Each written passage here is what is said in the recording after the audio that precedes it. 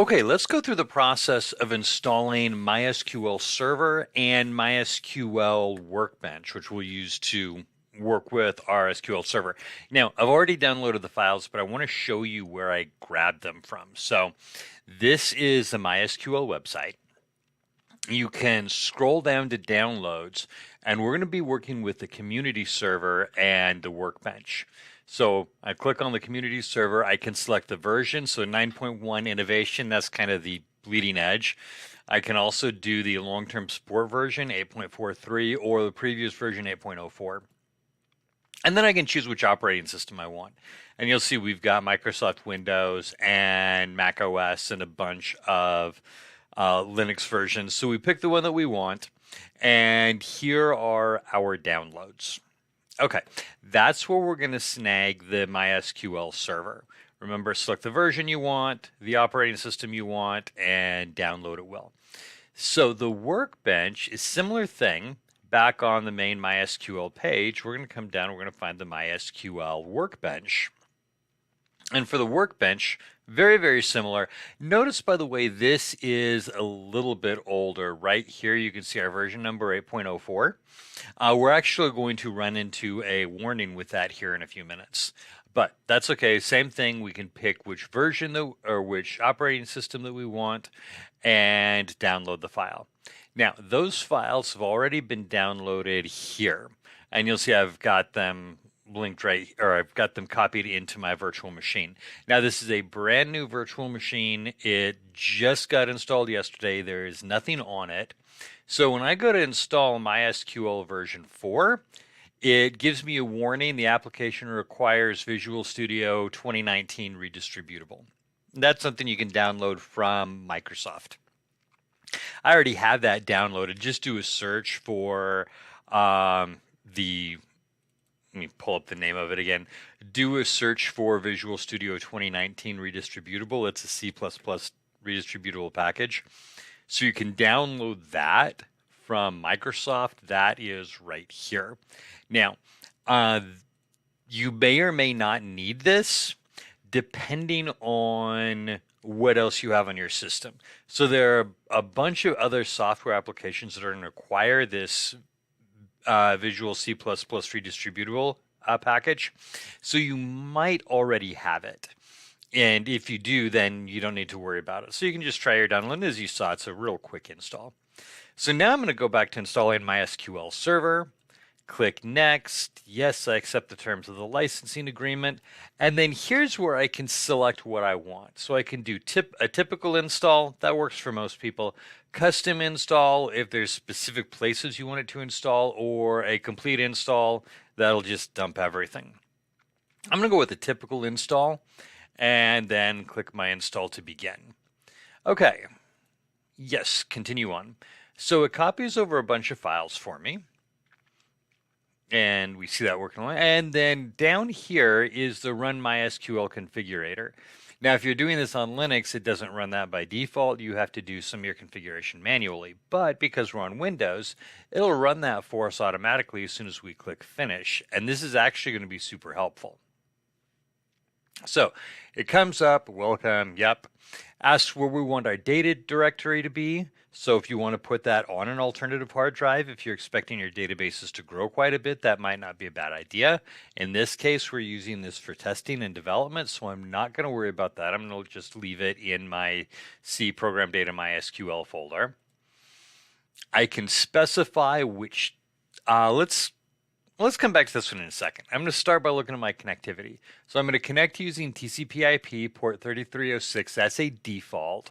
Now I can change that port number if I want. I can also choose to enable named pipe and shared memory access, and then open Windows firewall ports for the network access. Now, that 3306 is the default port for connections to MySQL. If you change that, it will be more secure, because people won't hopefully know that that's what they're looking for, but it also means you're going to have to do a little more configuration for all of your clients. Now, the other thing here, and this is a big one, this is your config type. Which type of server is this going to be? Is this going to be a development computer, a server computer, a dedicated computer, or manually set the values? And this will tell you what each one does. So development computer, other application will be installed, we'll use a minimum amount of memory. For a server computer, server applications will be running. Do this if you're doing a web or application server. Medium memory usage. Dedicated computer, the only thing this system is doing is SQL. If you are running a large mission critical database, you might want to do it as a dedicated computer.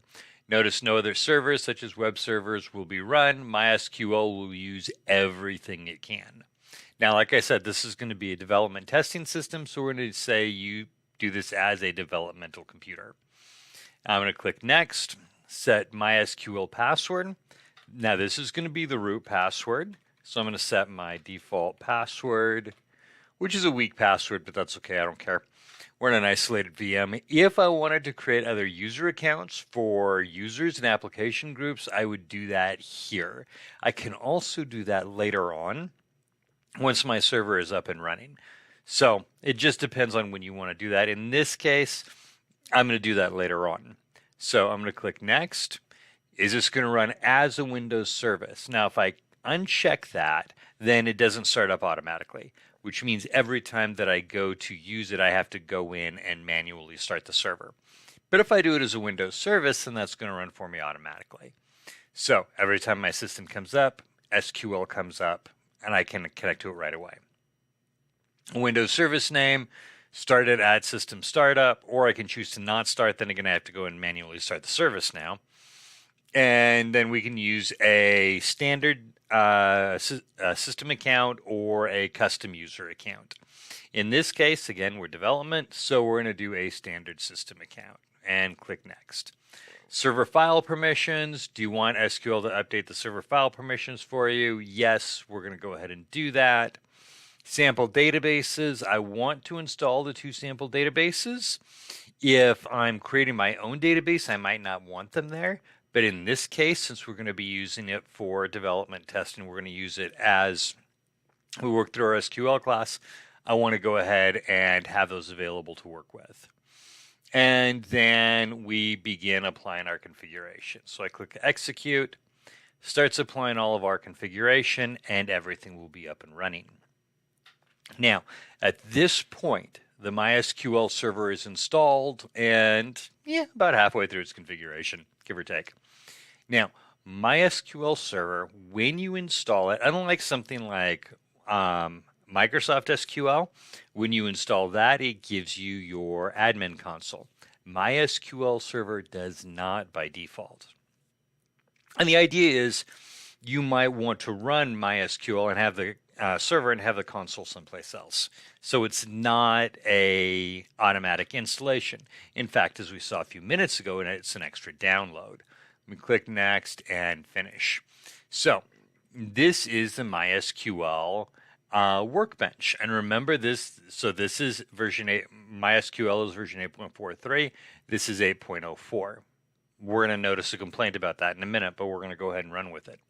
So I'm going to double click on my Workbench, and that's going to start my Workbench install. Next, yep, I want to do a complete Workbench install and go for it. So much less configuration here. This is super easy to get it installed. Very few decisions that have to be made. The big decisions that are made are how do we deal with the SQL Server application. Now, like I said, you may be in an environment. In fact, there's a good chance you'll be in an environment where you will have a server in one place and the management console somewhere else. So you can do your MySQL Workbench on your desktop PC while this is on a server in the server room. I'm going to go ahead and click finish, and MySQL Workbench should now be installed. And here it comes. So let's take a look at a couple of things here. These are, So these are our SQL connections. Now it's automatically created a local instance connection to MySQL 8.4. I can change settings and I can add a new connection here where I'd put the connection name, how am I connecting, what's the IP address, what port number, who am I connecting as, and then SSL if we're using it, and advanced connection options. Is there a default schema we're going to connect to? and then this will allow me to test the connection. And so I can use MySQL Workbench to actually connect to multiple different MySQL servers. Now, also, if you are using MariaDB, and we used MySQL, MariaDB is another open source database application. MariaDB is a fork off of MySQL. It does not include something like MySQL Workbench for GUI management, but MySQL Workbench will work with MariaDB. So if you install MariaDB, you can use MySQL Workbench and manage it. All right, I'm going to go ahead and connect to my server, and we're going to look at a couple of things here real quick, and then we're going to I'm going to stop this video, and we'll have other videos dealing with querying SQL servers. So I'm going to put in my password, go ahead and log in. Okay, this is that warning. We've got an incompatible non-standard server version. Basically, we're connecting to 8.43. It says, yeah, I don't know how to deal with that because I'm 8.04. I'm going to say, you know what, just boldly going forward because we can't find reverse. And here is our interface. So over here in our navigator, we have administration options. So you'll see management, instance administration, performance administration. Here are our schemas. So these are the databases that we have. The Sakia and the World are the sample databases. Sys is the default one used by MySQL. Here's where we can create queries. This is one that I was playing with a little bit earlier. This is going to be our output. So I'm going to execute my query right here, and this will give me the results. Okay. We'll worry more about queries later. To close a query, we just click the X, and then to create a new query right here, we'll open up a new SQL file. This will open an SQL script from an existing file, and here you'll see a bunch of other different options. So this will allow us to start working with the MySQL server, or the MariaDB if that's what we're connected to. All right, there we go. That's how we go through installing MySQL and the MySQL Workbench.